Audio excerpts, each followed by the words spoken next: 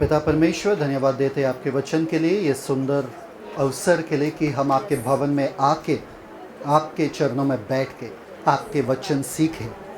और ये वचन जो जीवन है, जो आत्मा और जीवन है हमारे लिए, जो लाभदायक है, जो हमारे भलाई के लिए है, ये जीवन के वचन को हम ग्रहण करते, स्वीकारते हैं और इसके अनुसार हमारे जीवन को इसके अनुसार कर देते हैं पिता परमेश्वर।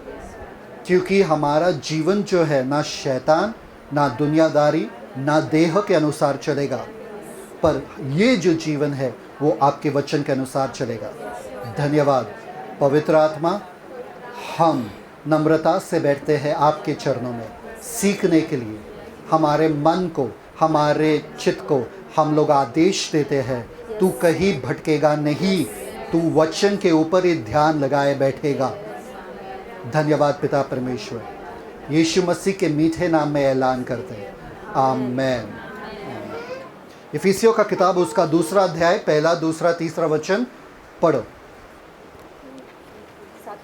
नहीं, अकेले पढ़ो। इफिसियों की पत्री 2 अध्याय 1 वचन। और उसने तुम्हें भी जिलाया जो अपने अपराधों और पापों के कारण मरे हुए थे, जिनमें तुम पहले इस संसार की रीति पर और आकाश के अधिकार के हाकिम अर्थात उस आत्मा के अनुसार चलते थे जो अब भी आज्ञा न मानने वालों में कार्य करता है। इनमें हम भी सब के सब पहले अपने शरीर की लालसाओं में दिन बिताते थे और शरीर और मन की मनसाएं पूरी करते थे और लोगों के समान स्वभाव ही से क्रोध की संतान थे। परफेक्ट। मैंने 4 स्टेज ऑफ कैंसर बताया था आपको। पहला वाला स्टेज एकदम छोटा रहता है, दूसरा वाला स्टेज आजू बाजू में फैल जाता है, तीसरा वाला स्टेज पूरे शरीर में फैल जाता है और चौथा स्टेज जो है वो है मृत्यु। पौलुस यहाँ पर कहता है पाप जो है कैंसर के जैसा है, पाप जो है कैंसर के जैसा है। वचन 3 में उन्होंने कहा, पहले ये कहाँ से शुरू होता है? स्वभाव से। सब लोग बोलो स्वभाव से। स्वभाव से शुरू होकर वो देह, वो शरीर में चला जाता है, फ्लैश। दूसरा स्टेज क्या है? फ्लैश, मतलब हम शरीर के अनुसार चलते हैं, तो शरीर के अनुसार चलना मतलब मृत्यु ही है। तीसरा स्टेज क्या है? पूरा दुनिया वैसा ही चल रहा है, पूरे दुनिया में ये कैंसर फैला हुआ है। और चौथा स्टेज जो वचन 1 में हमने देखा, वो कहते हैं हम तो पापों में मरे हुए थे, मृत्यु। तो पौलुस ये 4 स्टेज हमको उल्टे रीति से बता रहा है। पहला मृत्यु, फिर दुनियादारी, फिर देह, फिर स्वभाव। समझ में आया कि नहीं आया? समझ में आया? तो पौलुस कह रहा है ये जो पाप है वो कैंसर के जैसा है। कैसा है? कैंसर के जैसा है। एक्लीसियास्टीस सपोपदेशक 7:20 में क्या लिखा है कि निस्संदेह, खोलने की जरूरत नहीं है, निस्संदेह पृथ्वी पर कोई ऐसा धर्मी मनुष्य नहीं। निस्संदेह पृथ्वी पर ऐसा कोई धर्मी मनुष्य ही नहीं है जो भलाई की और जिससे पाप न की हो। मतलब जिसने पाप नहीं की हो, या भलाई चाहता है या भलाई ढूंढता है, ऐसा कोई भी मनुष्य नहीं है। वचन में साफ साफ लिखा है। और वचन में ये भी लिखा है, रोमन्स 11:32 खोलो, Romans 11:32। Thank you father. Last time हमने देखा था रोमियो की पत्री 11वां अध्याय 32वां वचन। क्योंकि परमेश्वर ने सबको आज्ञा न मानने के कारण बंद कर रखा है ताकि वह सब पर दया करे। सबको क्या किया है? एक ही लेवल पे रखा है। लास्ट टाइम हमने सीखा था अगर कोई पंडित है, अगर कोई मौलाना है, अगर कोई धर्मी मनुष्य है, वो लोग बोलेंगे अरे हमारे धर्म के काम है, हम तो अच्छे हैं भाई। परमेश्वर कहता नहीं, तुम सब के सब बुरे हो। क्यों? क्योंकि पापी भी सोच सकता है कि मेरा भी कोई आशा है मेरे लिए, वरना अगर मैं मौलाना के जैसे नहीं बन सकता हूँ, मैं पास्टर के जैसे नहीं बन सकता हूँ, मैं किसी धर्मी के जैसे नहीं बन सकता हूँ, तो मेरे लिए कोई आशा है क्या? वो सोच सकता है ना? पर परमेश्वर ने सबको एक समान रखा ताकि सबके ऊपर एक समान वो दया कर सके। आमीन। परमेश्वर ने कहा आदम एक ऐसी जगह से गिर गया है और वो मेरे महिमा तक पहुंच नहीं सकता है। सही बात है कि नहीं? तो मनुष्य कॉन्स्टेंटली, मनुष्य के ऊपर ये प्रेशर आ गया कि उसे जो आदम गिरा था वहां पर पहुंचे। तो touch the ceiling, ceiling, where is your ceiling? Ceiling कहाँ है? कहाँ है सीलिंग? ऊपर है, टच करो। तो परमेश्वर का पास पहुंचने का हमारे पास ये जरिया था। हम कोशिश कर रहे थे, हम पहुंच नहीं पा रहे थे। ये पहुंच सकता है क्या ऊपर? जंप करो, जंप करो। Can you? नहीं, हम कोशिश कर रहे थे, हम पहुंच नहीं पा रहे थे। ऐसा परमेश्वर का महिमा था। इसलिए वचन में लिखा है सब लोग परमेश्वर के महिमा से रहित हुए। सब लोग परमेश्वर के महिमा तक पहुंच नहीं पाए। कोशिश तो किए थे उन लोगों ने, पर हमने क्या किया? मनुष्य तो चतुर है, मनुष्य के पास निर्बुद्धि वाला बुद्धि है। कौन सा वाला बुद्धि है? निर्बुद्धि वाला। तो मनुष्य ने क्या कहा? मनुष्य ने कहा हम धर्म बनाएंगे। क्या बनाएंगे? धर्म बनाएंगे। हम अपने हिसाब से तय करेंगे कि परमेश्वर क्या चाहता है, क्योंकि अंगूर खट्टे हैं। अगर अंगूर मिले नहीं तो अंगूर खट्टे। हम पहुंच नहीं पा रहे, इसलिए हम तय करेंगे कि परमेश्वर क्या चाहता है। तो आया एक हिंदुइज्म, हिंदू का धर्म आया, फिर मुस्लिम का धर्म आया, फिर बुद्धिज्म का धर्म आया, जैनिज्म का धर्म आया। सब लोग एक एक एक एक एक, एक बोल के गए कि परमेश्वर ये चाहते हैं। कुछ लोग बोलते गए परमेश्वर है ही नहीं। क्यों? अरे पहुंच नहीं पाए तो बोले परमेश्वर है ही नहीं। समझ में आया कि नहीं है? आपको पता है ना, वो वाले जो बच्चे स्कूल में जाते हैं, एग्ज़ाम देते हैं, मम्मी पूछती है एग्ज़ाम कैसा था, बच्चे क्या बोलते हैं? जब उनका एग्ज़ाम बुरा हुआ तो बच्चे क्या बोलते हैं? बच्चे क्या बोलते हैं? अरे टीचर ने ऐसे सवाल पूछे जो टेक्स्ट बुक में है ही नहीं।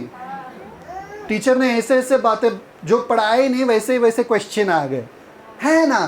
क्योंकि हम कर नहीं पाए, इसलिए हम बोलेंगे कि वो था ही नहीं। तो बच्चे या मनुष्य ने भी ये किया कि अगर परमेश्वर के पास पहुंच नहीं सकते, बेहतर यही होगा कि हम परमेश्वर को निकाल ही दो। है नहीं परमेश्वर, है ही नहीं, कुछ है ही नहीं, कोई नहीं पहुंच रहा भाई, है ही नहीं कुछ।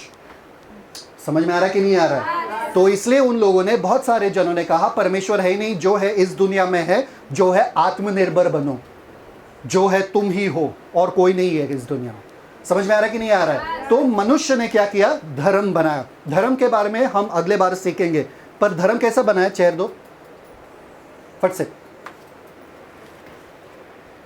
चेयर दे दो, अन्नू का मदद करो। Annu stand on the chair, stand on chair. तो मनुष्य ने धर्म बनाया और सोचा कि मैं परमेश्वर के पास पहुंच जाऊंगा। पहुंच रहे क्या? पहुंच रहे? नहीं पहुंच पाएंगे। क्यों? क्योंकि धर्म के पास भी उपाय नहीं था, धर्म के पास भी जवाब नहीं था। धर्म को भी पता नहीं है कि ऊपर कैसे पहुंचे, और सबको लग रहा अरे वहां से तो बेटर हूं ना, जो लोग नहीं मानते उनसे तो बेटर हूं। समझ में आ रहा है कि नहीं आ रहा है? मैं धर्म तो कर रहा हूं, मैं थोड़ा तो नजदीक हूं, पर परमेश्वर के नजर में नीचे मतलब नीचे ही हो। आप इतना नीचे हो या इतना नीचे हो, नीचे ही हो। मेरे सामने अगर एस्तर खड़ी होती है या अन्नू, दोनों के दोनों मेरे नीचे ही है। अगर मुझे उठाना है उतना ही मुझे झुकना पड़ेगा, दोनों को उठाने के लिए उतना ही प्रेशर डालना पड़ेगा वेट के हिसाब से, पर उतना ही प्रेशर मुझे डालना पड़ेगा। समझ में आ रहा है कि नहीं आ रहा है? तो परमेश्वर के नजर में सब एक समान दिख रहे थे, भले ही आपके पास धर्म है, भले ही आपके पास धर्म ना हो। समझ में आ रहा है? तो परमेश्वर ने सबको असफल ठहराया, सबको असफल ठहराया। ऐसा नहीं है। अच्छा, रेस में जब आप दौड़ते हो तभी आधा रेस दौड़ने के लिए प्राइस कभी मिलता है क्या? बोलते हैं क्या टीचर को, आधा रेस तो दौड़ा मैं, आधा प्राइस तो दो, ट्रॉफी का नीचे पार्ट तो दो मुझे जिसमें मेरा नाम लिखा है, आधा तो दौड़ा नहीं ना। तो इन लोगों को भी ट्रॉफी नहीं मिलेगा परमेश्वर की तरफ से।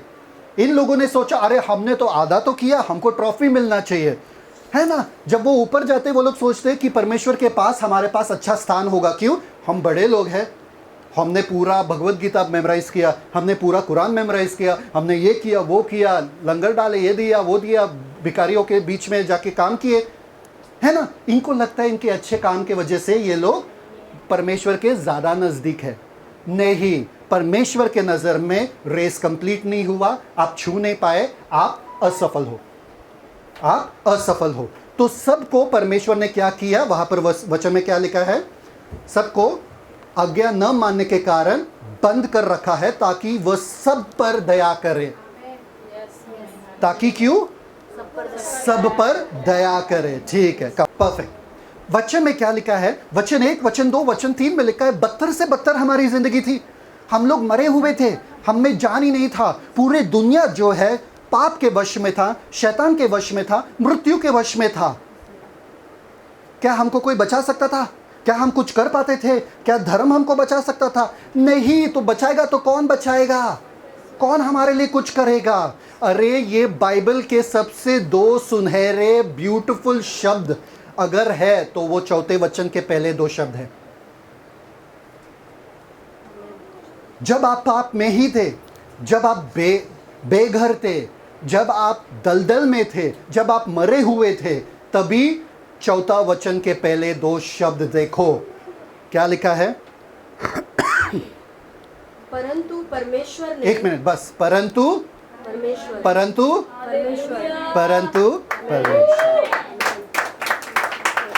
देखिए, आप ऊपर जा नहीं सकते थे, इसलिए स्वयं परमेश्वर ऊपर से नीचे आए। समझ में आ रहा है कि नहीं आ रहा है? परंतु परमेश्वर, दुनिया के पास जवाब नहीं है, परंतु परमेश्वर के पास जवाब है। देह के पास जवाब नहीं है, परंतु परमेश्वर के पास जवाब है। शैतान के पास जवाब नहीं है, परंतु परमेश्वर के पास जवाब है। आपको पता है माइकल जैक्सन, मैडोना, ये जो बड़े बड़े गायक हैं, शायद से बादशाह भी, और ये सब लोग जो बड़े बड़े गायक हैं, वो लोग अपने आप को शैतान को बेच देते हैं ताकि शैतान उनको शौहरत दे, ताकि शैतान उनको धन दौलत दे, ताकि शैतान बदले में वो अपने जान दे देते हैं उनको, शैतान को। और पता है आपको, जब उनको निकलना है इस चीज़ से, शैतान के चंगुल से निकलना है, शैतान उनको मार डाल देता है। एक अमेरिकन एक्टर था जो फास्ट एंड फ्यूरियस के मूवी में था, वो देखते देखते रातों रात उसका कार एक्सीडेंट हो गया। वो अच्छा चलाता था, वो बहुत कुछ रीज़न ही नहीं था उसका कार एक्सीडेंट का, पर उसका कार एक्सीडेंट मरवाया दिया। आप उससे निकल नहीं सकते हो। एक बार आपने अपना जान शैतान को हाथों में सौंप दिया। जवाब शैतान के पास नहीं है, जवाब दुनियादारी के पास नहीं है, जवाब देह के पास नहीं है, जवाब सिर्फ परमेश्वर के पास है। आपको पता है इज़राइल ने, जेनेसिस 48 में इज़राइल ने, मतलब जेकब ने जोसेफ से कहा, मैं तो मरने वाला हूँ। बाप ने बेटे से कहा, मैं तो मरने वाला हूँ। अरे तू मरने वाला है तो हमारा ख्याल कौन रखेगा? जोसेफ, यूसुफ ने सोचा रहेगा ना कि तुम हमारा ख्याल अब कौन ख्याल रखेगा? तुम तो हमारे साथ साथ थे, तुम तो बता सकते थे परमेश्वर के बारे में, अब हमारा ख्याल कौन रखेगा? पिता ने बेटे से कहा, मैं तो मरने वाला हूँ, परंतु परमेश्वर, सब लोग बोलो, परंतु परमेश्वर तुम्हारे साथ रहेगा। माता पिता, अगर आप अपने बच्चों को कुछ दे सकते हो, परंतु परमेश्वर दो, क्योंकि आप हमेशा अपने बच्चों के साथ नहीं रहोगे। जब वो स्कूल जाते आप नहीं रहते हो, परंतु परमेश्वर रहता है। जब वो कॉलेज जाएंगे, परंतु परमेश्वर उनके साथ रहेगा। समझ में आ रहा है कि नहीं आ रहा है? उनको परमेश्वर दो, उनको परमेश्वर दो। आपको पता है एक और वर्स है जो एक्ट 7:9 में लिखा है, जब स्टेफेनस वो अपना बड़ा सरमन दे रहे थे मरने से पहले, तो उन्होंने कहा था कि कुल पिताओं ने, जो कुल पिता थे, उन्होंने कहा था कि कुल पिताओं ने यूसुफ को मिस्र देश से आने वाले लोगों के हाथ में बेच दिया। कुल पिताओं ने क्या किया? मिस्र देश से आने वाले लोगों के हाथों में बेच दिया। पर वहां पर साफ साफ लिखा है, प्रेरितों के काम उसका 7वां अध्याय 9वां वचन में लिखा है, परंतु परमेश्वर उसके साथ था। आपका कोई भी, दुनिया में कोई भी सिचुएशन हो, सब लोग छोड़ के चले जाए आपको, कोई भी आपको समझे ना, परंतु परमेश्वर आपके संग है। आपके कहानी को वो बदल सकता है कभी भी, और वो मेरे लिए काफी है। जब मैं मरा हुआ था, परंतु परमेश्वर ने मुझे जिलाया। अगर परमेश्वर मेरा कहानी तब बदल सकता है, अब क्यों नहीं? अरे मैं भले ही अब कंफ्यूजन में बैठा हूँ, डर में बैठा हूँ, परंतु परमेश्वर मेरे साथ है, मेरा उजियाला है, मेरा ऊंचा गढ़ है, मैं क्यों डरूं? समझ में आ रहा है कि नहीं आ रहा है? अपने आप को याद दिलाओ, परंतु परमेश्वर मेरे संग है, परंतु परमेश्वर मेरे साथ है, परंतु परमेश्वर मेरा विजयदाता है, सेनाओं का यहोवा मेरे संग संग है। समझ में आ रहा है? हम पाप में मरे हुए थे, इससे बदतर हश्र किसी का हो सकता था क्या? नहीं, परंतु परमेश्वर ने हमें क्या? जिलाया, हमें जान दिया, हमसे प्यार किया। तब भी समझ में आ रहा है कि नहीं आ रहा है? सब लोग हैं मेरे साथ? आपका हश्र आपको देखना है एजिकल 16। ध्यान से सुनना कि ये क्या कहता है। एजिकल 16 3 to 14, 3 verse 3 to 14, जोर से पढ़ना। 16 3 to 14। यहेजकेल 16वां अध्याय 3रा वचन। और उससे कह, हे यरूशलेम, प्रभु यहोवा तुझसे यूं कहता है, तेरा जन्म और तेरी उत्पत्ति कनानियों के देश से हुई। हाँ, तेरा पिता तो एमोरी और तेरी माता हित्तीन थी। क्या है ये? क्या बात कर रहे हैं? हमको समझ नहीं आ रहा ब्रदर। ठीक है, सुनते जाओ आगे। और तेरा जन्म ऐसे हुआ कि तेरा जन्म कैसा हुआ? सुनो, आपका जन्म कैसा हुआ? सुनो। कि जिस दिन तू जन्मी उस दिन न तेरा नाल काटा गया, न तू शुद्ध होने के लिए धोई गई, न तेरे कुछ लोन मला गया, और न तू कुछ कपड़ों में लपेटी गई। किसी की दया दृष्टि तुझ पर नहीं हुई कि इन कामों में से तेरे लिए एक भी काम किया जाता। समझ में आ रहा कि नहीं आ रहा? आप उस फेंके हुए बच्चे के जैसे थे जिसका नाल भी काटा नहीं गया था, खून में लथपथ नंगे पड़े हुए थे कचरे के डब्बे में। परमेश्वर का वचन कह रहा है, कोई आपको उठाता था? कोई आपको लेके जाता था? बिल्कुल भी नहीं। सब लोग देख देख के जा रहे थे, कोई आपको हाथ भी नहीं लगाना चाहता था। ऐसा आपका हश्र था। आगे सुनो क्या होता है। वरन अपने जन्म के दिन तू घृणित होने के कारण खुले मैदान में फेंक दी गई थी। तू घृणित होने के कारण खुले मैदान में फेंक दिया गया, बच्चे को फेंक दिया गया। आगे नेक्स्ट। और जब मैं तेरे पास से होकर निकला और तुझे लहू में लौटते हुए देखा, तब मैंने तुझसे कहा, हे लहू में लौटती हुई जीवित रह। हाँ, तुझी से मैंने कहा, हे लहू में लौटती हुई जीवित रह। क्या हुआ? परमेश्वर हमारे पास से जा रहे थे और परमेश्वर ने अपना आमेन। वचन भेजा यस, आमेन, और वचन से हमको जीवित बना दिया। आमेन, आमेन, कोई हमारे पास देख नहीं रहा था, किसी को भी फर्क नहीं पड़ रहा था कि हम वहां पर बैठे थे। हम लहू में वहां पर बैठे हुए थे। इस हश्र में हमारे अपनों ने हमें त्याग कर छोड़ दिया था कचरे के ढेर में, और परमेश्वर आए वहां पे और परमेश्वर ने कहा तू जीवित हो जा। क्या इतना ही किया? नहीं, आगे सुनो और क्या किया। 7वां वचन। फिर मैंने तुझे खेत के बिरले की नाई बढ़ाया, और तू बढ़ते बढ़ते बड़ी हो गई और अति सुंदर हो गई। तेरी छातियां सुडौल हुई और तेरे बाल बढ़े, तो भी तू नंगी थी। मैंने फिर तेरे पास से होकर जाते हुए तुझे देखा, और अब तू पूरी स्त्री हो गई थी। तो मैंने तुझे अपना वस्त्र ओढ़ाकर परमेश्वर कह रहा है अब तू बड़ी हो गई, मैंने अपना वस्त्र तुझ पर उड़ाकर आगे तेरा तन ढांप दिया, और सौगंध खाकर तुझसे वाचा बांधी, और तू मेरी हो गई। सौगंध खाकर। परमेश्वर को सौगंध खाने की जरूरत है ही नहीं। परमेश्वर ने वाचा बांधा आपके साथ, अब से तुम मेरे और मैं तुम्हारा। आमेन, यस। ऐसा परमेश्वर ने रिश्ता हमारे साथ जोड़ा जिसको लोगों ने फेंक दिया। किसी को फर्क ही नहीं पड़ता था कि हम जिंदा है कि मरे हुए थे, और परमेश्वर ने कहा अब से मैं सौगंध खाता हूं कि मैं तुम्हारा ख्याल रखूंगा, मैं तुम्हारा पिता, मैं तुम्हारा पति, मैं तुम्हारा सब कुछ बन जाऊंगा। समझ में आ रहा है कि नहीं आ रहा है? आगे नेक्स्ट 11।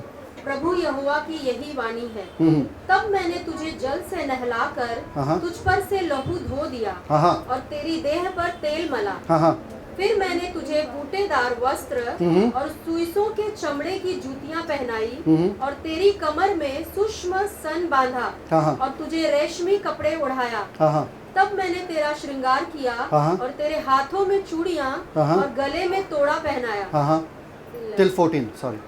फिर मैंने तेरी नाक में नथ और तेरे कानों में बालियां पहनाई, और तेरे सिर पर शोभायमान मुकुट धरा। क्या बात है? तेरे आभूषण सोने चांदी के, और तेरे वस्त्र सूक्ष्म सन, रेशम और बूटेदार कपड़े के बने। फिर तेरा भोजन मैदा, मधु और तेल हुआ, और तू अत्यंत सुंदर वरन रानी होने के योग्य हो गई। क्या? वो कचरे के ढेर में पड़ा हुआ नंगा बच्चा जो खून से लथपथ था, जिसका वो नाली भी काटा नहीं गया, वो रानी बन गई। आमेन।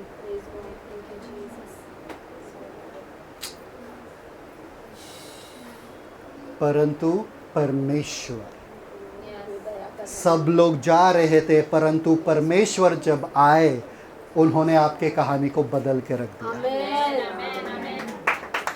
समझ में आ रहा है कि नहीं आ रहा है? परमेश्वर ने इतना दया किया कि आपको रानी बनाया। अगर आप आगे पढ़ोगे तो बहुत ही सैड है। एक बार आप रानी बन गए, एक बार आपको सब मिल गया, आप अपने आप को बहुत ही ऊंचे समझने लगे और आप पाप में गिर गए। आगे अगर पढ़ोगे तो इस कहानी का घर पे जाके पढ़ना। पर परमेश्वर ने आपके कहानी को बदल के रख दिया था। मनुष्य जो है भटक गया था रास्ते से। कौन से रास्ते से? एडन गार्डन में मनुष्य को बाहर फेंका, एडन गार्डन से दूर चला गया। मनुष्य उस रास्ते को भूल गया। क्यों? क्योंकि उसने एक झूठ का विश्वास किया कि तुम परमेश्वर के जैसे बन सकते हो। सब लोग हैं मेरे साथ? मनुष्य रास्ते से भटक गया और उसने एक झूठ का विश्वास किया कि तुम परमेश्वर के जैसे बन सकते हो और मृत्यु के हाथों में चला गया। मनुष्य, उनको 3 चीज़ों की ज़रूरत थी। नंबर 1, उनको मार्ग का ज़रूरत था, उनको रास्ता का ज़रूरत था, उनको राह का ज़रूरत था। दूसरा, उनको सच्चाई का ज़रूरत था। और तीसरा, उनको ज़िंदगी। यीशु मसीह आए यूहन्ना 14:6 में, और यीशु मसीह आए और क्या कहा? मार्ग, सत्य और जीवन मैं ही हूँ। आमेन। गुड। समझ में आ रहा है? मनुष्य मार्ग से भटक गया था, एक झूठ पे विश्वास किया उन्हें और वो मृत्यु के हाथों में चला गया। और यीशु मसीह आए और कहे कि मार्ग,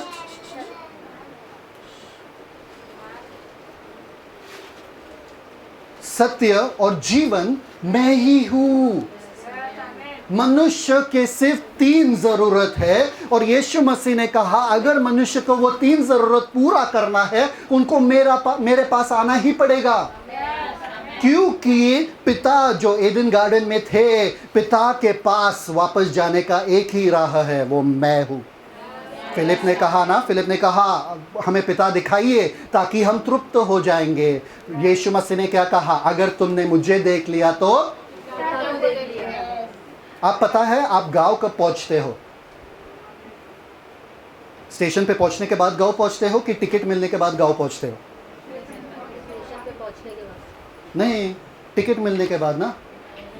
एक बार टिकट मिल गया, आप क्या बोलते हो काम पे? मैं गांव जा रहा हूं, मेरा टिकट कंफर्म हो गया। आपको फुल विश्वास है गांव पहुंच गए आप लोग, है ना? भरोसा है ना टिकट पे? कि आपको फिर भी शक है? नहीं, टिकट तो मिला फिर भी गांव पहुंचेंगे क्या? किसी को शक रहता है? नहीं, कंफर्म टिकट मिला मतलब आंधी तूफान कुछ भी आने दो, हम जा रहे भाई। हाँ कि ना? यीशु मसीह वो ही कह रहे, अगर तुमने मुझे देख लिया, मैं ही तो टिकट हूं परमेश्वर तक। मैं ही तो टिकट हूं परमेश्वर तक। अगर तुमने मुझे देख लिया तो परमेश्वर को देख लिया। सब लोग हैं मेरे साथ? अब कमिया किधर गए? अनु कमिया, वेज एस्तर, कम आ जाओ। कहाँ गई एस्तर? यहाँ पर खड़े हो। परफेक्ट। अभी देखिए, मैं परमेश्वर के 2 गुणों के बारे में आपको बताने वाला हूँ। ये दोनों दिख रहे क्या?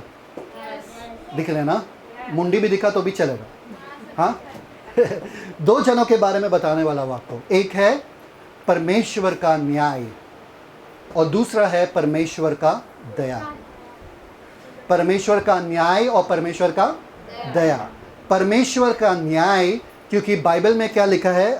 Don't need to open. Bible में लिखा है साम्स 11:7 में, परमेश्वर धर्मी है, वह न्याय प्रेमी है, वह न्याय प्रिय है। साम्स 11:7। ओके, तो परमेश्वर न्याय पसंद करते हैं। न्याय मतलब क्या? अगर तुमने पाप किया तो तुमको सजा मिलनी चाहिए। हाँ कि ना? उसको न्याय कहते कि नहीं कहते?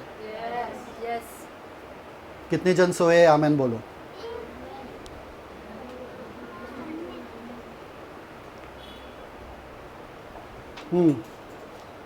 अच्छा, क्या बोल रहा था मैं? परमेश्वर न्यायी है। परमेश्वर कहता है, परमेश्वर का न्याय कहता है, परमेश्वर का पवित्रता, परमेश्वर का न्याय परमेश्वर की पवित्रता है। ठीक है, तो परमेश्वर का पवित्रता ये कहता है अगर पाप है दंड मिलनी चाहिए।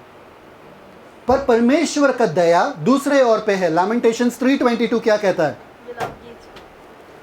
हम मिट नहीं गए, वह यहोवा का महाकरुणा का फल है, क्योंकि उसकी दया अमर है। उसकी हम मिट नहीं गए क्योंकि परमेश्वर का महाकरुणा हम पर है। समझ में आया? उसकी दया अमर है, मतलब परमेश्वर न्यायी भी है, परमेश्वर दयालु भी है। सुनो सुनो, इन दोनों को कैसे मिला सकते हैं? इन दोनों को कैसे मिला सकते हैं? क्योंकि न्याय क्या कहता है? पाप किया तो तुमको दंड मिलेगा। करुणा क्या कहता है? दया क्या कहता है? दया कहता है उन्हें क्षमा कर दो, उन्होंने पाप किया, उन्हें क्षमा कर दो। अब बताओ, इनमें से अगर मैं बोलूं एक ही बच्चे को आप सिलेक्ट कर सकते हो, दूसरा बच्चा गायब हो जाएगा, कौन से को सिलेक्ट करना है? बताओ माँ, बताओ। नहीं, ये मेरी अच्छी वाली बच्ची है, वो उसको दूसरे वाले को भेज दो। कौन से बच्चे को भेज दे बाहर? शिवांश को ले लो। शिवांश को? अच्छा, शिवांश और साहिल को खड़े करना चाहिए था ना यहाँ पे। तो दोनों को ही दोनों को गायब कर दो। बोलते थे दोनों को गायब कर दो, हाँ? इसलिए दो अच्छे अच्छे बच्चों को ले लिया है ना। किसको गायब कर दे बोलो? कोई भी बता दो, एक को गायब करना ही पड़ेगा, क्योंकि न्याय कहता है कि दंड मिलना चाहिए, करुणा कह रहा है, दया कह रहा है दंड नहीं मिलना चाहिए। आपको पता है जब एक माँ का बेटा जो है जाके जुर्म करके आता है या जाके किसी का हत्या करके आता है, माँ का दिल कहता है ये मेरा बेटा है, मैं इसको जाने कैसे दूं? पर माँ का दिल ये भी कहता है कि इसने हत्या किया, इसको जेल होना ही होना है। अभी माँ क्या कहे? पुलिस को कॉल करके बताए कि अपने बच्चे को बचाए। क्या करेगी माँ? बताओ क्या करना चाहिए? ममता या न्याय? दया या न्याय? न्याय। दया? दया दया दया। पर किसी का हत्या हुआ है, ठीक है, आप जाके बैठो। एस्तर कम या कम फास्ट। ठीक है, अब ये सवाल और आसान कर देते हैं। ये है न्याय, परमेश्वर का न्याय, ये है परमेश्वर का दया। मम्मी आपको कौन सा चाहिए बताओ?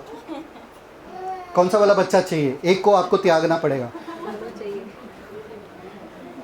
नहीं हो पा रहा है, दोनों मिल नहीं रही है, दोनों झगड़ा कर रहे हैं, दोनों मिल नहीं रहे हैं, झगड़ा कर रहे हैं दोनों।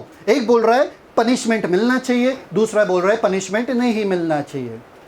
एक बोल रहा है दंड मिलना चाहिए, दूसरा बोल रहा है दंड नहीं मिलना चाहिए। जीतेगा कौन? परमेश्वर न्यायी भी है, परमेश्वर दयालु भी है। जीतेगा कौन? दोनों को कैसे जिताए? ठीक है, तो सवाल ये है अगर फांसी ना दूं तो। साहिल इधर आ जाओ, इधर आ जाओ, जल्दी आ जाओ यहां से। हाँ खड़े हो जाओ। इनका मुंडी दिख रहा है?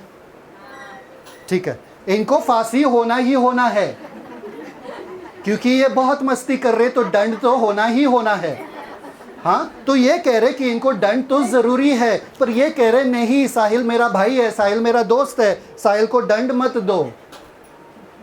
ठीक है, तो ये कह रहे अगर साहिल को दंड ना दूं तो किसी और को ये दंड लेना पड़ेगा।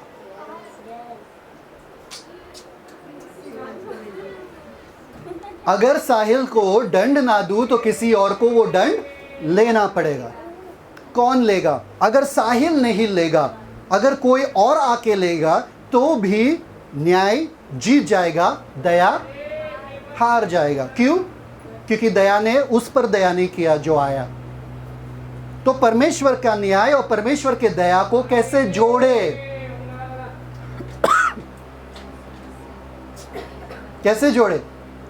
कि मनुष्य को तो वो दंड मिलना चाहिए, वो पाप करने का दंड तो मिलना चाहिए, पर वो मरना भी नहीं चाहिए, उसको जिंदगी भी मिलना चाहिए। तो परमेश्वर का पास एक ही उपाय था, परमेश्वर के पास एक ही उपाय था कि परमेश्वर स्वयं आए और ये जो दंड है वो अपने आप पे ले ले।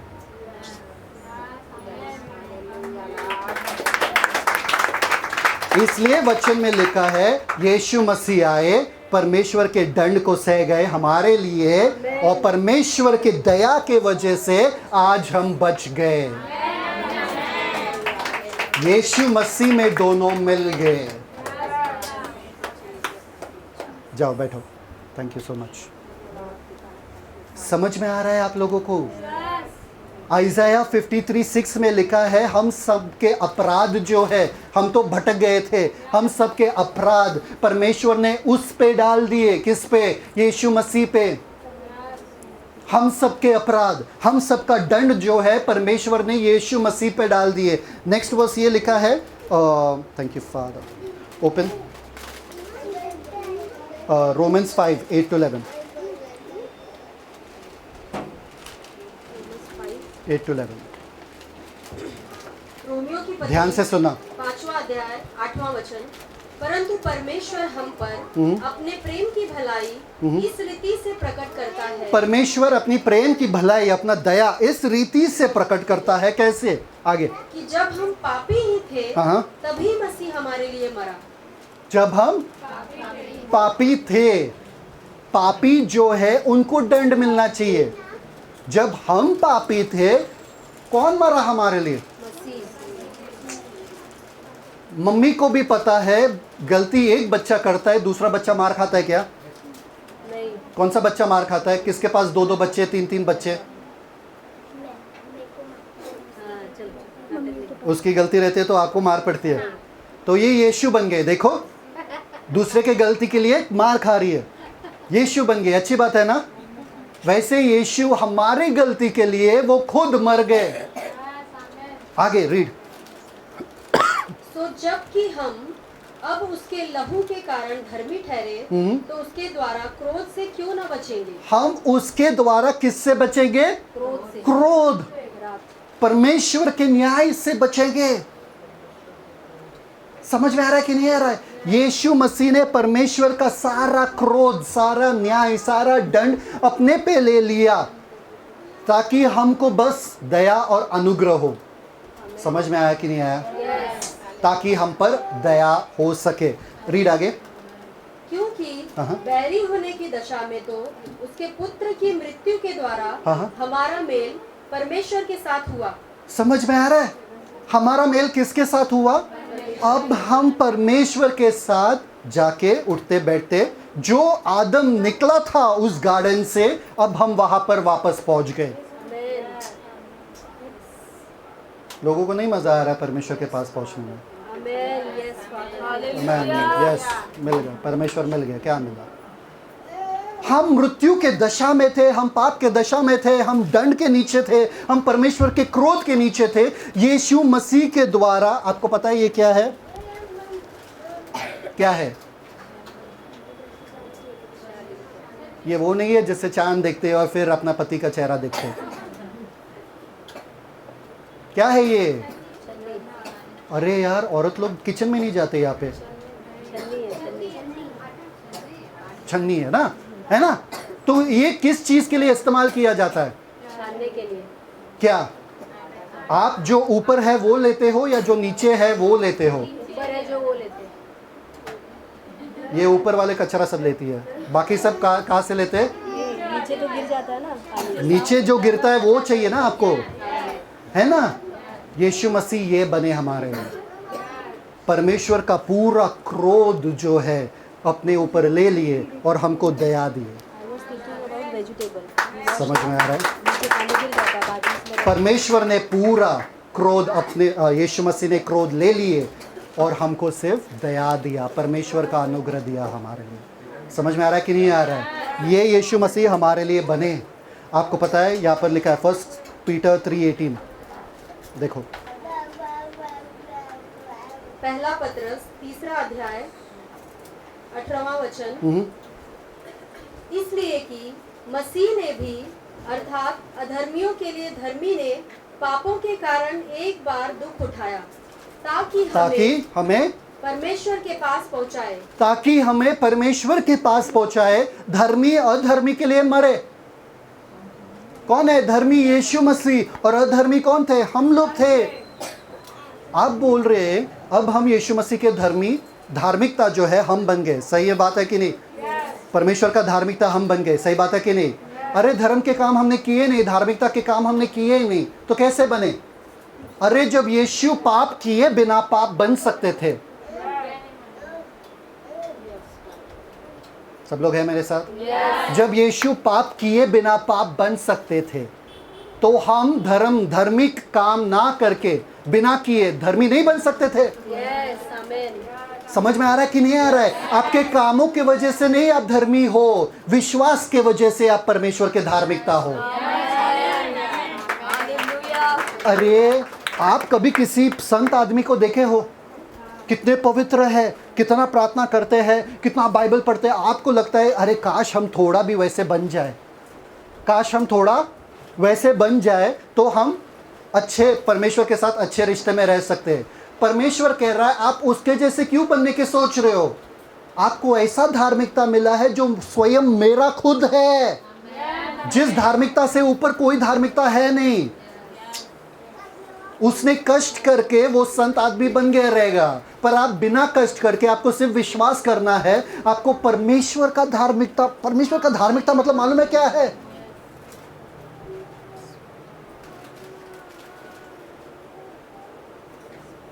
कोई उंगली उठा सकता है क्या परमेश्वर के धार्मिकता के खिलाफ? कोई कह सकता परमेश्वर गलत है? वो धार्मिकता आपको मिला है यीशु मसीह के द्वारा। अब आप पापी नहीं हो। अब आपको नहीं देखना है अरे मैं पापी हूं, परमेश्वर मैं पापी हूं, मैंने पाप किया। नहीं। Thank you father. Okay, 1 John 4:9। Thank you. पहला यूहन्ना 4 अध्याय 9वां वचन, जो प्रेम परमेश्वर हमसे रखता है वह इससे प्रकट हुआ। परमेश्वर का प्रेम इससे प्रकट नहीं होता है कि आपको रोज पैसा मिलता है, आपके बैंक अकाउंट में पैसा है, आपका पति आपसे बात करते हैं अच्छे से, आपका बॉस आपसे अच्छे से बात करता है, फिर ही परमेश्वर तुम मुझसे प्यार करते हो। अगर मेरे बेटे को चंगा किया तो परमेश्वर मुझसे प्यार करता है। अगर मेरे बच्चों को चंगा किया परमेश्वर मुझसे प्यार करता है। अरे मेरे बदन को चंगा किया परमेश्वर मुझसे प्यार करता है। इससे प्रकट हो गएगा परमेश्वर का प्यार? नहीं। परमेश्वर का प्यार किस में प्रकट होता है? आगे कि परमेश्वर ने अपने इकलौते पुत्र को जगत में भेजा है कि हम उसके द्वारा जीवन पाएं। परमेश्वर का प्यार किस में प्रकट हुआ? अपने एकलौते पुत्र को। कम ऑन, एकलौते पुत्र। यहाँ पर बैठी है, प्रार्थना में है, बाइबल पढ़ती है, ये यीशु को मानती है, फिर भी एक भी बच्चे को त्यागने के लिए तैयार नहीं थी। परमेश्वर ने एकलौते पुत्र को भेज दिया। हालेलुया। बिना सोचे, बिना कुछ कि मेरे बच्चों को बचाने के लिए मेरे इस बच्चे का बलिदान देना बहुत ज़रूरी है। क्यों किया ये मालूम है क्या?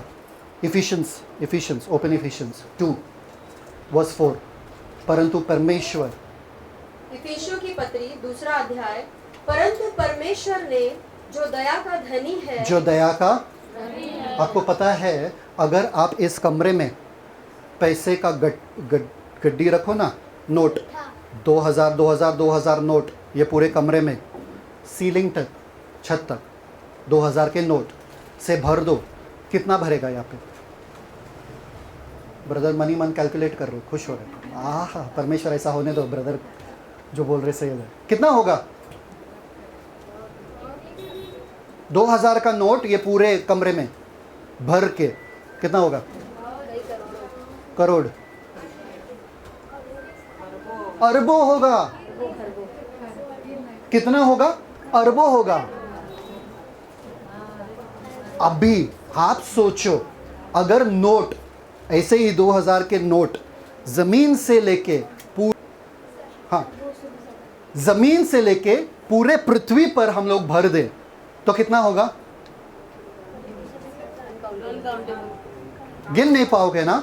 अच्छा, अब जमीन पे पूरे पृथ्वी को भी भर देंगे नोटों से आसमान तक, कितना होगा?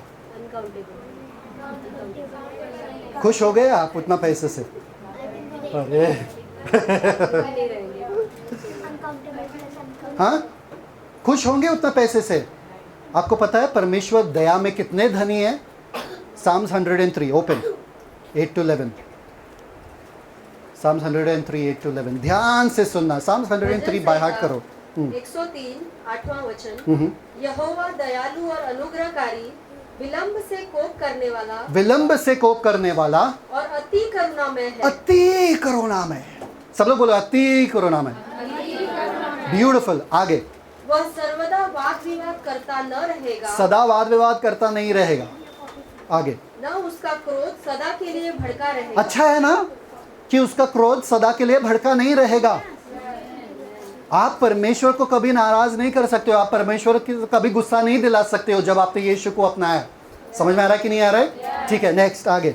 उसने हमारे पापों के अनुसार हमसे व्यवहार नहीं किया, हमारे पापों के अनुसार हमसे व्यवहार नहीं किया। आजकल के माँ बाप कैसे हैं? तुमने गलत काम किए तो हम तुमसे बात नहीं करेंगे, मार खाते हो, हाँ कि ना? हमारे गलतियों के अनुसार परमेश्वर ने हमसे व्यवहार नहीं किया। कितने माँ बाप के व्यवहार बदल जाता है जब आपके बच्चे गलत करते हैं तो। बात मत करना मुझसे, पहले वो जाके साफ कर जो गड़बड़ किया वहाँ पे, फिर आके बात करना मुझसे, फिर अपना मुंह दिखाना यहाँ पे, वरना उधर रहे कॉर्नर में।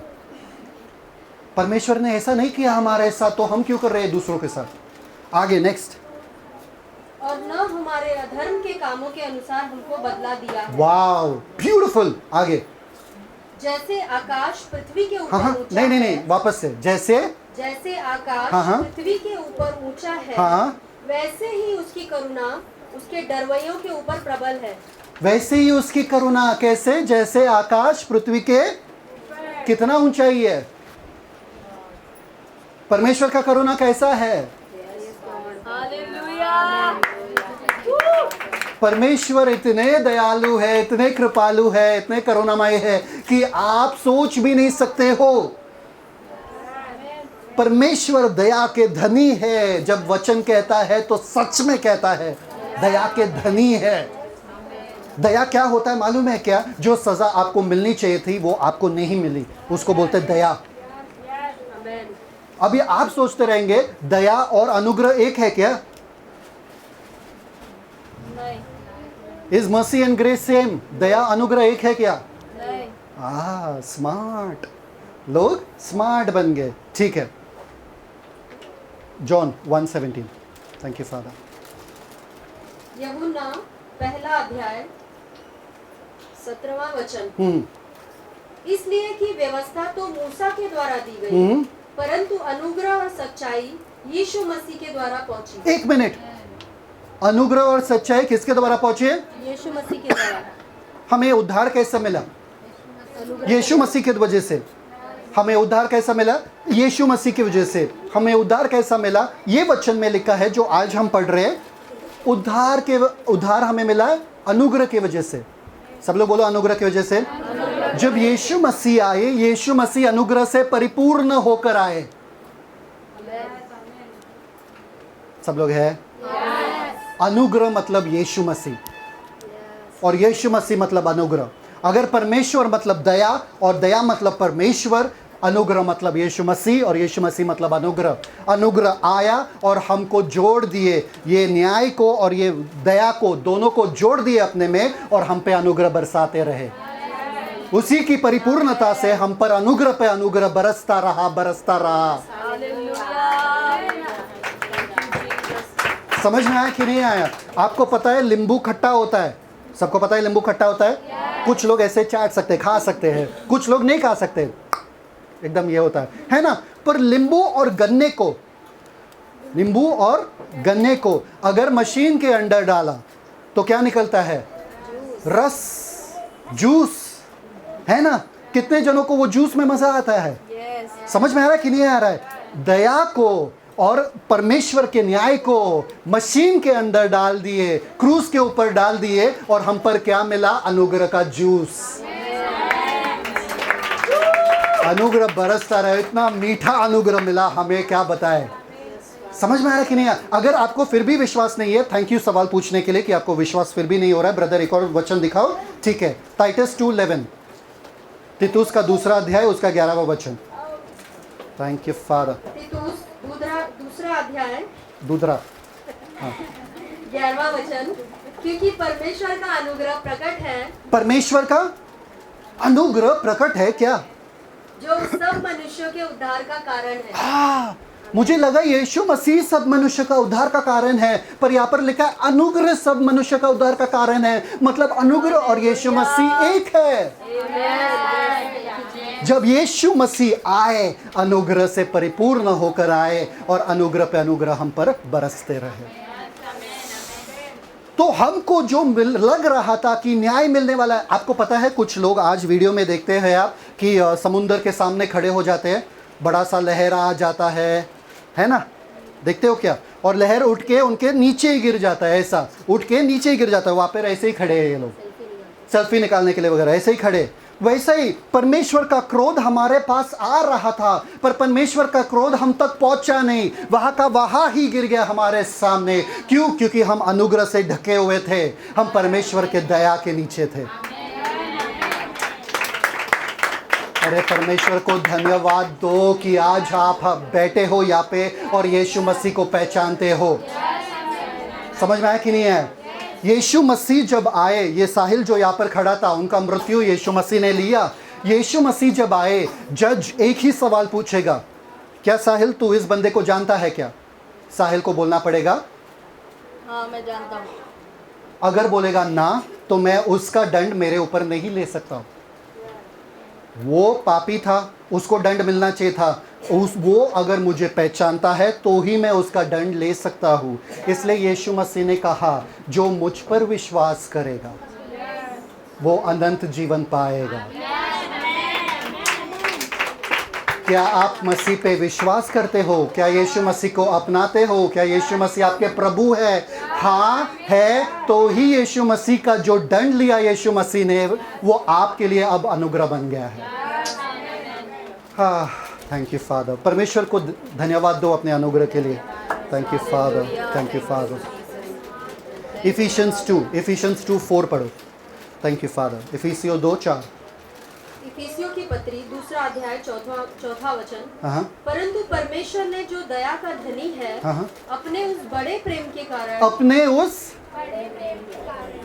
आपके चेहरे के कारण, आपके चेहरे के कारण नहीं। परमेश्वर, मैं तो इतना हैंडसम हूँ इसलिए मुझे बचाया है ना, मैं तो इतना अच्छा लग रहा हूँ, मैं तो इतना अच्छा दिखता हूँ, मैंने तो अच्छे काम किए इसलिए मुझे बचाया परमेश्वर ने। नहीं, कोई भी कुछ भी नहीं बोल सकता, क्योंकि हम सब मरे थे। हम सब क्या थे?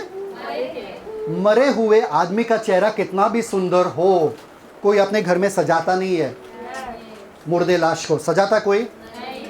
तो आप में कुछ सुंदरता नहीं था, आप में कुछ ऐसे खूबियां नहीं थी जिसकी वजह से परमेश्वर ने आपसे प्रेम किया। ड्यूटेरोनोमी 7:7 में इजराइल से परमेश्वर कहता है, तुमको क्या लगता है मैंने तुमको क्यों छुड़ाया? क्योंकि तुम बहुत अच्छे लोग हो, क्योंकि तुम बहुत धर्मी लोग हो, क्योंकि तुम बहुत मेरे आज्ञा को पाल नहीं, मेरे प्रेम के कारण मैंने तुमको छुड़ाया है। आपको पता है माँ बाप बच्चों को पैदा क्यों करते हैं? उनके चेहरे के कारण। बच्चे का चेहरा दिखता है क्या? बच्चे का क्यों पैदा करते हैं? क्योंकि कहते हैं हमारा परिवार पूरा हो जाता है। बच्चों से हमारा परिवार क्या होता है? पूरा हो जाता है। बच्चे का आना मतलब माँ बाप के बीच में प्रेम का रिश्ता हुआ है, इसलिए बच्चा आया। समझ में आ रहा है कि नहीं आ रहा है? जब यीशु मसीह हमारे लिए आए, कम ऑन, समझ में आ रहा है कि नहीं आ रहा सब?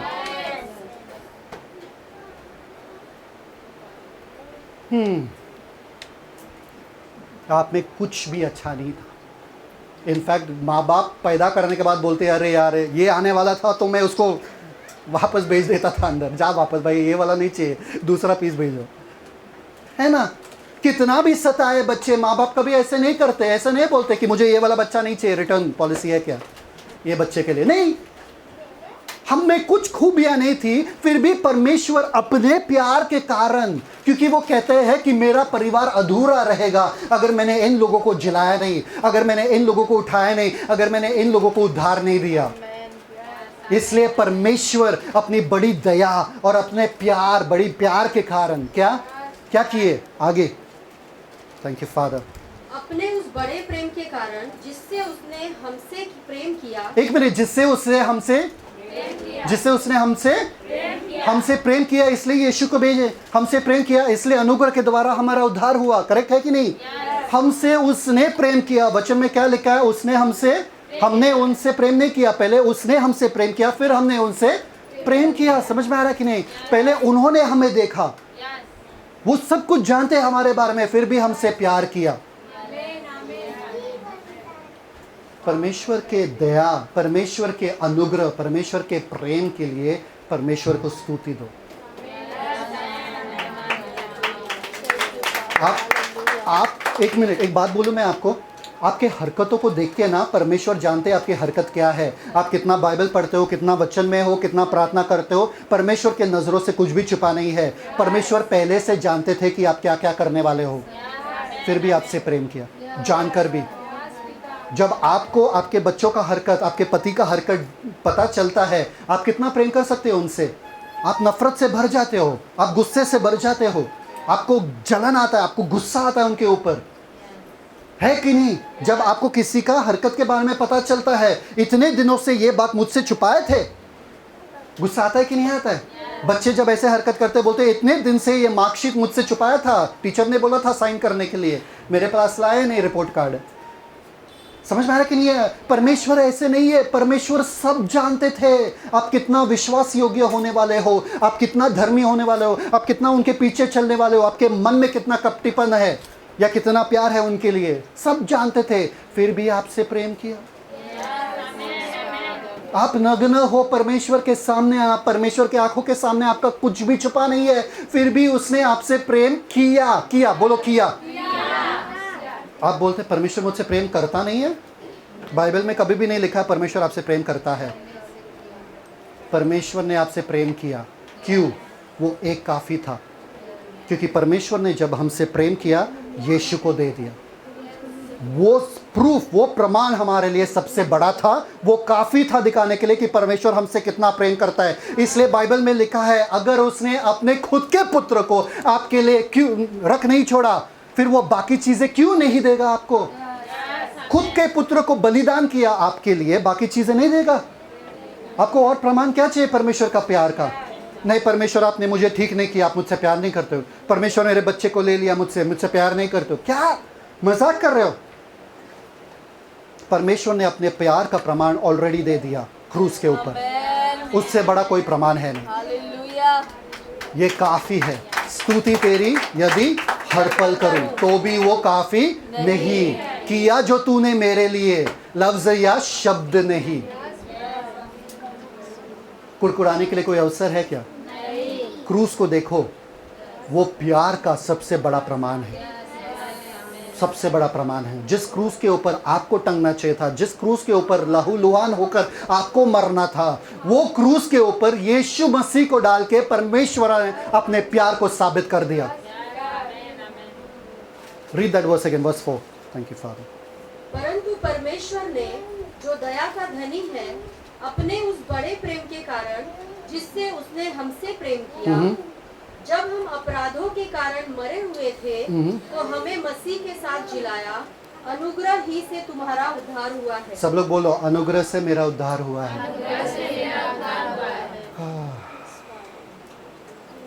हम मरे हुए थे। कौन से दशा में थे? मरे हुए थे। परमेश्वर ने हमको जिलाया तो ठीक, वो भी चलता था। हमें मसीह के साथ जिलाया, वो भी ठीक। छोड़ो ना हमको धरती पे, नहीं, हमें आसमानी तख्त पे बिताया। हम आसमानों पर बैठे हुए हैं मसीह के साथ। अरे इतना आपने हमको क्यों रानी बनाया?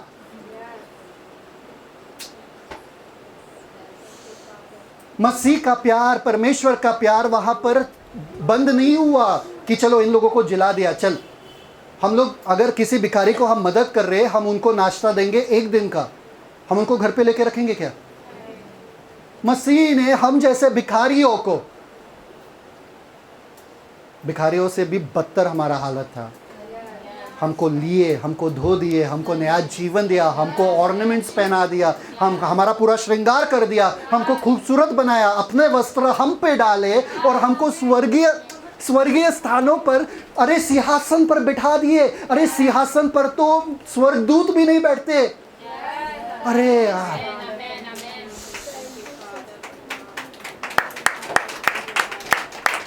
सिंहासन पर स्वर्गदूत जो निरंतर पवित्र पवित्र पवित्र परमेश्वर कहते हैं, जो एक बार भी वो लोग पाप नहीं करते हैं, उनका भी औकात नहीं है तख्त पर बैठने के लिए, वो सिंहासन पर बैठने के लिए। अरे यीशु मसीह ने हमको इतना बड़ा सौभाग्य दिया कि हम यीशु मसीह के बगल में बैठ के स्वर्गदूतों के सामने ऐसे शान से बैठे।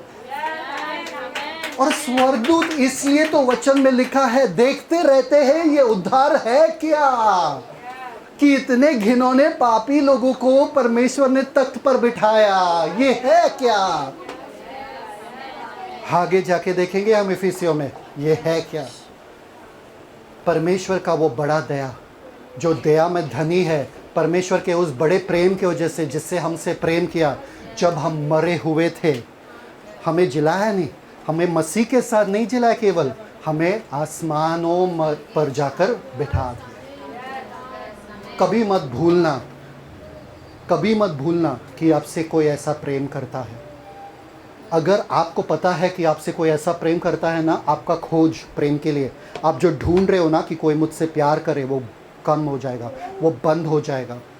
दुनिया में प्यार के लिए नहीं ढूंढोगे आप, प्यार बांटोगे, प्यार बन जाओगे आप, तो लोगों को प्यार दोगे आप। आपको पता है ना, ये कभी शिवानी जाके प्यार के लिए ढूंढती है बाहर, बोलते हैं मेरे पति प्यार नहीं करते मुझसे, कोई है क्या प्यार करने वाला मुझसे बाहर? नहीं। हम घंटों घंटों तक बैठ के बातें कर सकते एक दूसरे से, क्यों नहीं कर सकते? कर सकते, क्यों? हम एक दूसरे से प्यार करते, दूसरे के दोस्त हैं हम। ये जाके बाहर ढूंढती है क्या कोई मुझसे प्यार करे? नहीं, वो तृप्त है अपने परिवार में। जब आपको प्यार मिल जाता है, आप तृप्त हो जाते हो, आप प्यार के लिए ढूंढते नहीं हो, आपका प्यार का ढूंढना बंद हो जाता है। परमेश्वर कितना प्यार करते हैं आपसे, आप पहचाने हो क्या? आप नहीं ढूंढोगे मुझे बॉयफ्रेंड चाहिए, मुझे गर्लफ्रेंड चाहिए, मेरा पति मुझसे। अरे मैं परमेश्वर के प्यार में इतना मगन हूँ, इतना तृप्त हूँ, मुझे और किसी का प्यार नहीं चाहिए। मुझे यीशु का प्यार मिला है, मुझे काम नहीं अब किसी का। नफरत भरी ये दुनिया सारी, कोई नहीं किसी का। समझ में आ रहा है कि नहीं आ रहा है? मसीह के प्यार को पहचानो। परमेश्वर जो दया में धनी है, जो आपसे इतना प्यार करते हैं, उनको पहचानो, उनको जानो, और उनके अनुग्रह को अगर आपने स्वीकार किया, मतलब यीशु मसीह को स्वीकार किया, आपका क्या हुआ? उद्धार हुआ। सब लोग बोलो उद्धार। उद्धार मतलब छुटकारा, उद्धार मतलब आप छुड़ाए गए हो हर श्राप से, हर पाप से, हर बंधन से।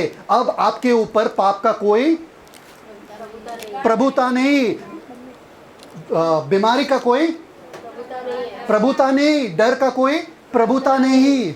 अब आप आजाद हो, क्योंकि जिसको पुत्र आजाद करता है वो हकीकत में आजाद हो जाता है। मैं आजाद हूं, सब लोग बोलो। एक बार एक नौजवान जो है दारू पी के गाड़ी चला रहा था, बड़ी तेजी से गाड़ी चला रहा था, और आगे एक परिवार आ रहे थे दूसरे गाड़ी में। उन्होंने गाड़ी ऐसे चला दिया कि उनको एक्सीडेंट हो गया, पूरा परिवार मर गया, सिर्फ वो पिता बच गया। वो गाड़ी में जो पिता थे वो ही बच गया, बाकी पूरा पत्नी और बच्चे मर गए। और जब ये पिता होश में आए, उनको पता चला कि ये नौजवान जो है दारू पी रहा था, दारू पी के चला रहा था। तो पुलिस आकर बोले कि इनको क्या सज़ा देना चाहिए, इनको तो हम दंड देने वाले। ये वो पिता ने बोला इनको दंड मत दो, इनको माफ़ कर दो, इनको क्षमा कर दो। तो पुलिस बोलने लगे कि इनको क्षमा कैसे करे, ये हकीकत में हुआ अमेरिका में। पुलिस बोले इनको क्षमा कैसे करे, मेरा परिवार गया है ना, मैं बोल रहा हूँ इनको क्षमा कर दो, वरना इनका पूरा जीवन बिगड़ जाएगा। ये अभी तक नौजवान है, उनको क्षमा कर दिए। इसको बोलते हैं दया। सब लोग बोलो दया। दया। और वो पिता ने उस लड़के को अपनाया और उनके सारे एजुकेशन, सारे जो भी खर्चा है स्कूल का, वो भर के उनको अच्छा लड़का बनाया अपने पैसे से। उसको बोलते अनुग्रह। समझ में आया कि नहीं आया? जो दंड हमको मिलना चाहिए था वो नहीं मिला, उसको बोलते हैं दया। और जो हमको नहीं मिलना चाहिए था, ये सब जो परमेश्वर के बरकतें हैं, आशीषें हैं, उसको बोलते हैं अनुग्रह। आप दो पैर पे चल के आए ना यहाँ पे, वो अनुग्रह है। आप उठे ना सुबह, वो अनुग्रह है। आपके पति, आपके बच्चे आपके साथ है, वो अनुग्रह है। आपके पास एक घर है, वो एक अनुग्रह है। परमेश्वर को धन्य कहते रहो। परमेश्वर को धन्य कहते रहो, क्योंकि आपके इर्द गिर्द आप अनुग्रह से घेरे हुए हो। जब आप अनुग्रह हर जगह देखोगे, अनुग्रह बढ़ता रहेगा। जो आप देखोगे वो बढ़ता है, देखोगे वो बढ़ता है। परमेश्वर मेरे बच्चों में मैं अनुग्रह देखता हूँ, परमेश्वर मेरे पैसों पे मैं अनुग्रह देखता हूँ, परमेश्वर मेरे काम पे मैं अनुग्रह देखता हूँ, परमेश्वर मेरे पति पे अनुग्रह देखता हूँ, परमेश्वर मेरे दाल चावल आटा रोटी पे अनुग्रह देखता हूँ, परमेश्वर मेरे पूरा बदन पे अनुग्रह देखता हूँ, परमेश्वर मेरे हड्डियों में अनुग्रह दौड़ता है, परमेश्वर मेरे जान मेरे पूरे बदन में अनुग्रह दौड़ता है। परफेक्ट अनुग्रह है आपके जीवन पर। आपको किसी भी चीज की कमी नहीं है यदि आप अनुग्रह को हर चीज में देखोगे। परमेश्वर मुझे ट्रेन मिला, अनुग्रह है आपका। परमेश्वर मेरे पास पैसे है, अनुग्रह है आपका। मालूम है ऐसे दिन थे जो मेरे पास पैसे नहीं रहते थे खाना खाने के लिए। जब मैं काम पे जाता था, मैं 1 रुपये के लिए ढूंढता था मेरे पॉकेट में, ताकि मैं एक्लेस खा सकता हूँ। और एक्लेस पे जीता था मैं, सिर्फ एक्लेस टॉफ़ी चॉकलेट पे।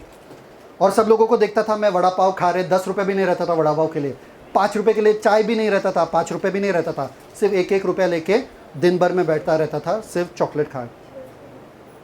परमेश्वर उसी टाइम पे मैं कहता था, परमेश्वर तुम्हारा अनुग्रह मुझ पर काफ़ी है, थैंक यू इसके लिए।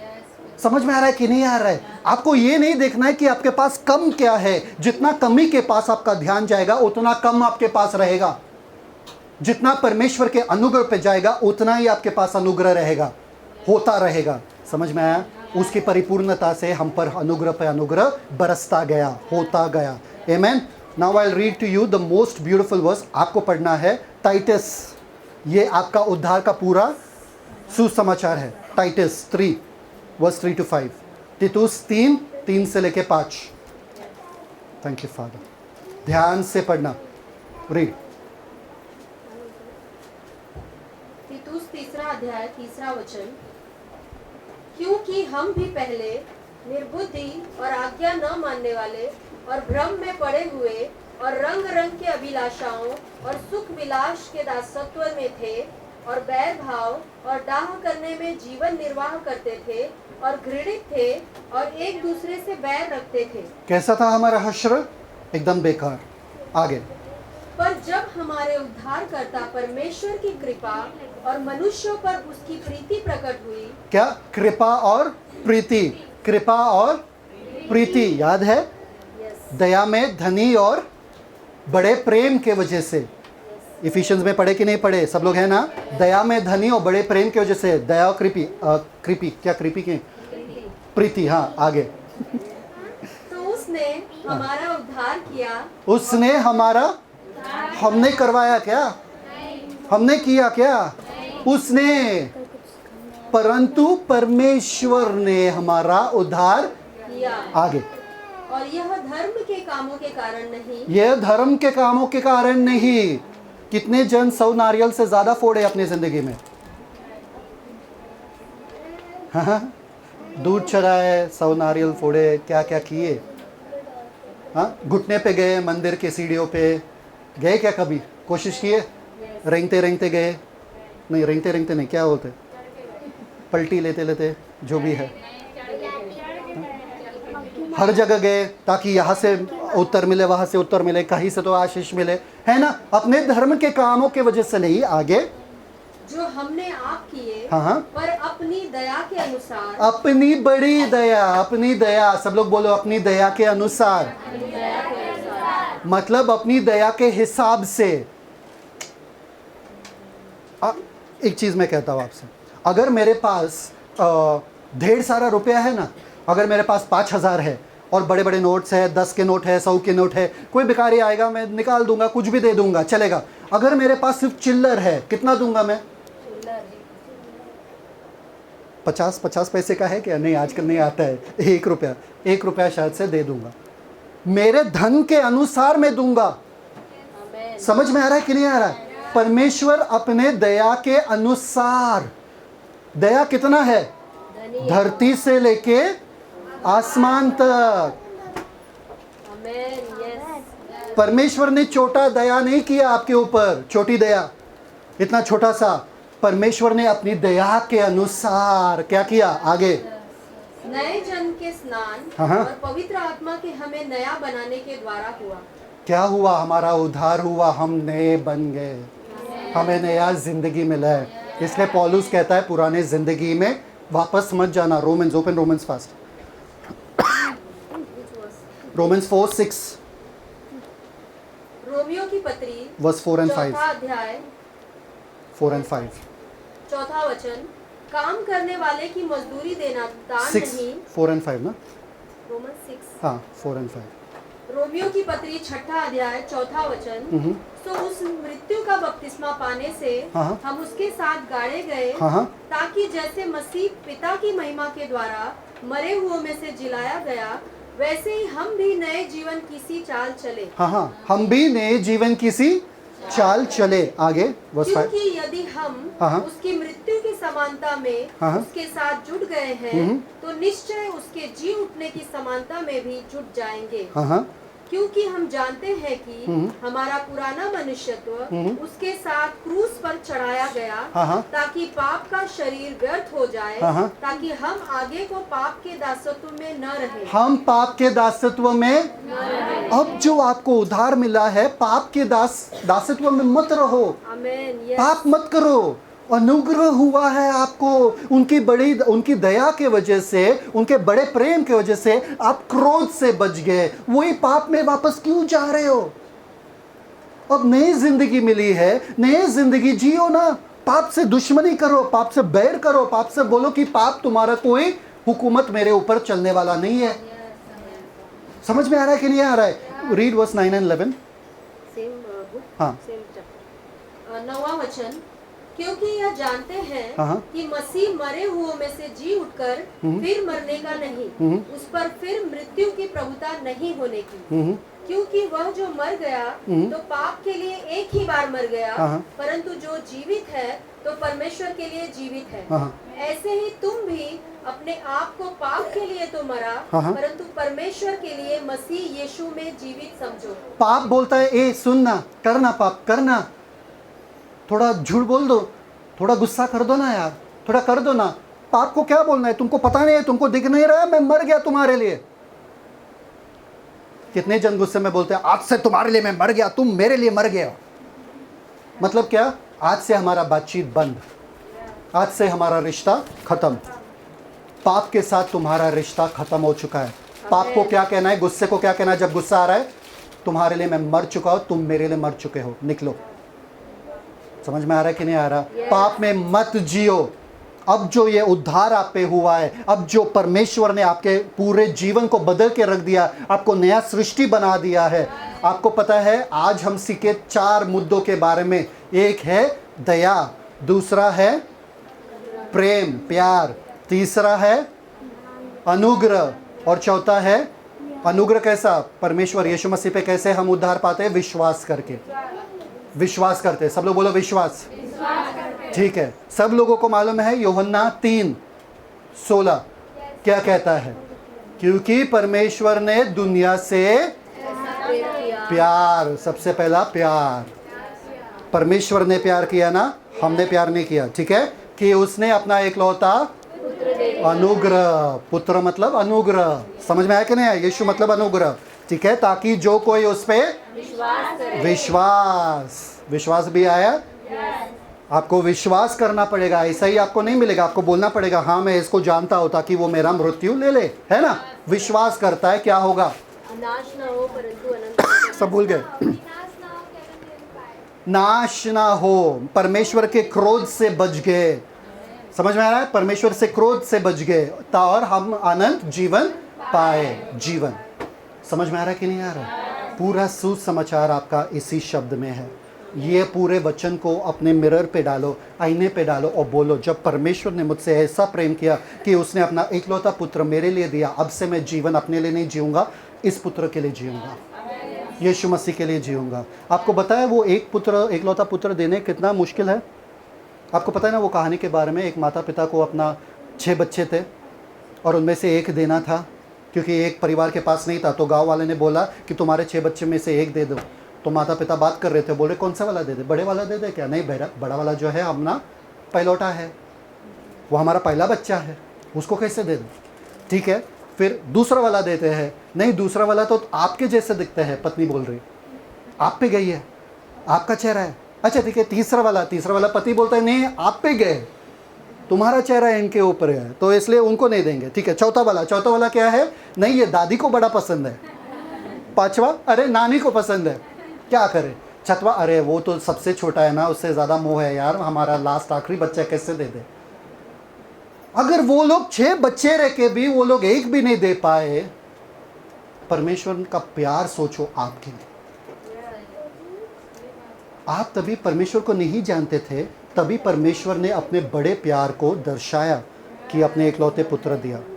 अब जो आप परमेश्वर को जानते हो और पहचानते हो, और कितना प्यार करेंगे आपसे,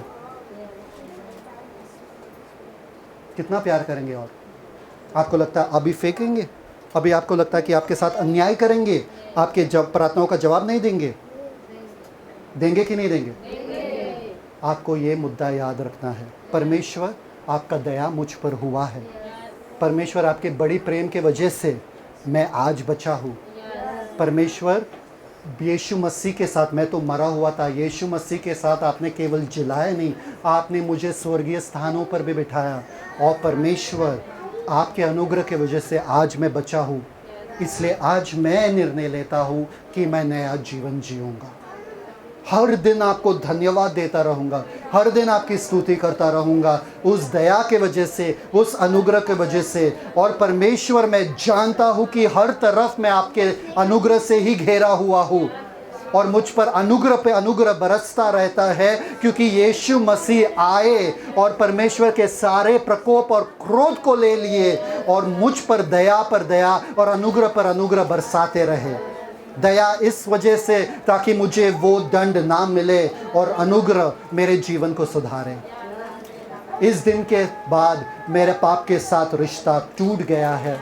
पिता, मैं नए जीवन में जीता हूँ, मैं नए सृष्टि बन के जीता हूँ। इस दिन के बाद मेरा निर्णय ये है कि आपने आपका प्रेम का सबसे बड़ा प्रमाण दे दिया क्रूस के ऊपर। आज से शिकायत का कोई अवसर नहीं दूंगा, आज से मैं आपके उसी प्रेम में चलूँगा और आपके प्रेम, आपका जो ये प्यार का पैगाम है वो दूसरे को बांटूंगा। धन्यवाद पिता परमेश्वर, धन्यवाद आज के वचन के लिए पिता। धन्यवाद, हम जान चुके, पहचान चुके हैं कि यीशु मसीह ने कैसे हमें उस प्रकोप से, उस क्रोध से बचाए और हमें अनंत जीवन दिलाए। और ये सब हुआ क्योंकि हम अच्छे नहीं थे, ये सब हुआ हमारे अच्छे कामों की वजह से नहीं, ये सब हुआ क्योंकि आपने चाहा और आपने हमसे प्रेम किया। जब हम दलदल में थे, जब हम पापों के कारण मरे हुए थे, पाप और अपराध में मरे हुए थे, आपने हमें जिलाया, मृत्यु से बचाया। अगर मृत्यु से बचाया, बाकी सब चीज तो एकदम चिल्लर है पिता। ना कोई बीमारी हमें पकड़ सकता है, ना कोई डर, ना कोई खौफ, ना कोई एक्सीडेंट, ना कोई दुर्घटना, ना कुछ भी हमें पकड़ सकता है। क्यों? क्योंकि मृत्यु से हम पार हो चुके हैं। तो ये बाकी सब क्या है? आज हम बैठे हैं आसमानी तख्त पर पिता परमेश्वर, और सारे स्वर्गदूत भी सोचते रहेंगे इनके ऊपर इतना दया क्यों, इनके ऊपर इतना कृपा क्यों। वो ढूंढते हैं क्या है इसका जवाब, और वो हम ही जानते हैं पिता। धन्यवाद पिता परमेश्वर। हाँ, हम यीशु को अपनाते हैं, हाँ यीशु हमारा प्रभु है, हाँ यीशु ही वो अनुग्रह है जो हम पर हुआ है। धन्यवाद पिता परमेश्वर, यीशु मसीह के मीठे नाम में मांगते हैं, आमेन आमेन। Celebrate the Christ life. God bless you.